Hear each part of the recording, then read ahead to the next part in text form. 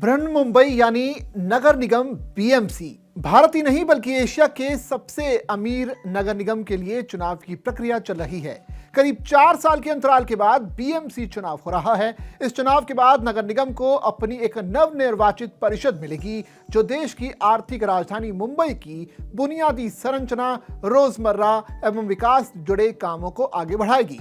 BMC की स्थापना 1865 में हुई और यह देश की सबसे अमीर और प्रभावशाली नगर निगम है। बीएमसी पर 2 दशकों से ज्यादा समय से शिवसेना का कब्जा रहा है। शिवसेना अब 2 धड़ों में बंट चुकी है।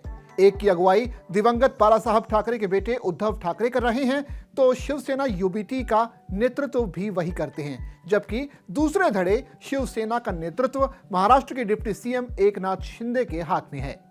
इस बार बीएमसी पर कब्जा करने के लिए भाजपा एवं शिंदे गुट वाली शिवसेना ने एड़ी चोटी का जोर लगा रखा है।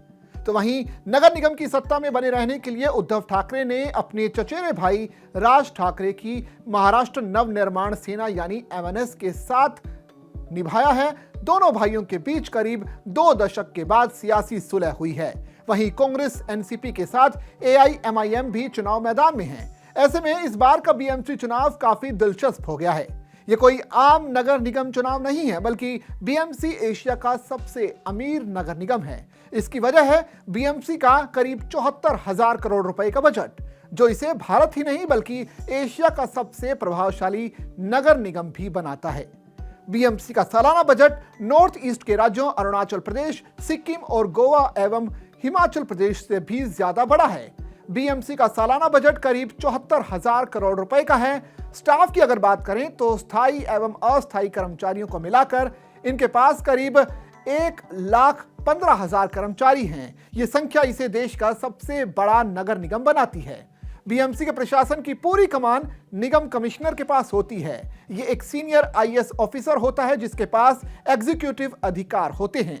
कार्यों में निगम कमिश्नर की सहायता 4 एडिशनल निगम कमिश्नर और 1 जॉइंट निगम कमिश्नर करते हैं, जबकि चुने गए कई वार्ड सदस्यों का नेतृत्व मेयर के पास होता है। मेयर के मुकाबले निगम कमिश्नर के पास ज्यादा अधिकार होते हैं, सो फैसले निगम कमिश्नर ही लेते हैं। ये तो था बीएमसी के काम करने का तरीका। अब बात करते हैं उन कामों की जिनकी जिम्मेदारी बीएमसी के हाथों में है।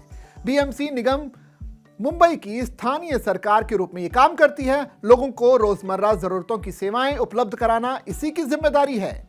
सेवाओं की अगर बात करें तो सड़क जलापूर्ति, कूड़ा प्रबंधन, सार्वजनिक स्वास्थ्य एवं शिक्षा, बुनियादी संरचना, सार्वजनिक परिवहन एवं पार्क के रखरखाव की जिम्मेदारी भी बीएमसी ही संभालती है। इसके अलावा बीएमसी मुंबई के 2050 किलोमीटर लंबे सड़क नेटवर्क का निर्माण और रखरखाव करता है। इसके कार्यों में क्षतिग्रस्त सड़कों की मरम्मत, गड्ढों को भरना, नई सड़कें बनाना और सुचारू यातायात सुनिश्चित करना शामिल है। वर्तमान में बीएमसी लगभग 700 किलोमीटर सड़कों को 17,000 करोड़ रुपए की लागत से सीमेंट कंक्रीट में बदल रही है। इसका मकसद गड्ढों की समस्या को कम करना और खासकर मानसून के दौरान सड़कों की टिकाऊपन को बढ़ाना है। मुंबई की पेयजल आपूर्ति 7 झीलों पर निर्भर है। तुलसी, विहार, भादसा, तानसा, अपर वैतरणा, मिडिल वैतरणा और मोडक सागर। इनमें केवल 2 झीलें शहर की सीमा के भीतर पड़ती हैं। बीएमसी इन झीलों का प्रबंधन करती है, पानी को शुद्ध करती है और व्यापक पाइपलाइन नेटवर्क के जरिए पूरी मुंबई को सप्लाई करती है। शहर के विस्तार के साथ ही जल आपूर्ति प्रणाली के रखरखाव, लीकेज की मरम्मत और विस्तार की जिम्मेदारी भी बीएमसी के हाथों में ही रहती है। इसके अलावा मुंबई में रोजाना 8,000 से 10,000 मीट्रिक टन कचरा पैदा होता है। बीएमसी घरों और सार्वजनिक स्थानों से कचरा इकट्ठा करने, उसे प्रोसेसिंग प्लांट और लैंडफिल तक पहुंचाने तथा सड़कों की सफाई की जिम्मेदारी भी निभाती है। ये सार्वजनिक शौचालयों का रखरखाव भी करती है और सीवेज का उपचार कर उसे समुद्र और खाड़ियों में छोड़ती है। बीएमसी देश की सबसे बड़ी सार्वजनिक स्वास्थ्य प्रणालियों में से एक भी चलाती है। इसके अंतर्गत 4 मेडिकल कॉलेज, 16 सामान्य अस्पताल, 4 स्पेशलाइज्ड हॉस्पिटल, डिस्पेंसरी और मातृत्व गृह शामिल हैं। मुंबई की बड़ी आबादी सस्ती और सुलभ चिकित्सा के लिए इन्हीं अस्पतालों पर निर्भर है। कोविड-19 महामारी के दौरान भी बीएमसी ने क्वारंटीन केंद्रों और बड़े कोविड केयर सेंटर स्थापित कर अहम भूमिका निभाई थी। शिक्षा के क्षेत्र में बीएमसी 1100 से ज्यादा नगरपालिका स्कूल संचालित करती है, जहां प्राथमिक और माध्यमिक शिक्षा दी जाती है। इनमें से कई स्कूल अब सीबीएसई बोर्ड से मान्यता प्राप्त हैं और आर्थिक रूप से कमजोर वर्गों के बच्चों को कम लागत में शिक्षा प्रदान करते हैं। बीएमसी प्रमुख बुनियादी ढांचा परियोजनाओं का निर्माण भी करती है, जिनमें फ्लाईओवर, पुल, सबवे और महत्वपूर्ण लिंक रोड शामिल हैं। एक प्रमुख उदाहरण मुंबई कोस्टल रोड है, जिसे 2024 में खोला गया। इसने मरीन ड्राइव से बांद्रा के बीच यात्रा का समय घटकर 10 मिनट से कम हो गया।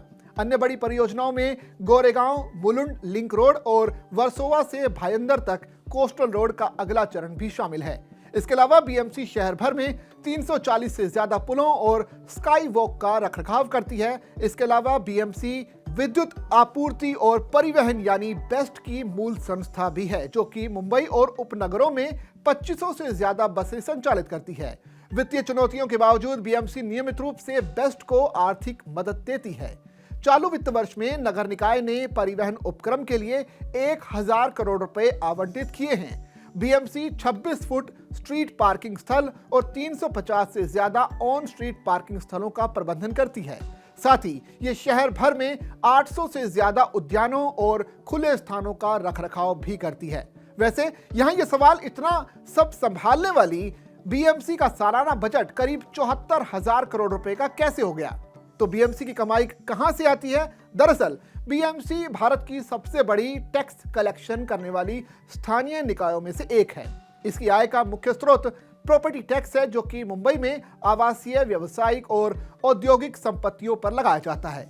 अन्य स्रोतों में वाटर टैक्स, सीवेज शुल्क, बिल्डिंग परमिशन से मिलने वाली फीस, पार्किंग फीस और जुर्माने आदि शामिल हैं। इसके अलावा बीएमसी को राज्य और केंद्र सरकार से ग्रांट भी मिलती है और इसी के दम पर बीएमसी आज 74,000 करोड़ रुपए के बजट के साथ एशिया का सबसे बड़ा नगर निकाय या फिर यूं कहें कि नगर निगम भी है। तो ऐसे में इतना बड़ा बजट संभालने के लिए एक छोटी सी बॉडी किस तरीके से काम कर रही है, ये एक बहुत ही हैरान करने वाली बात है।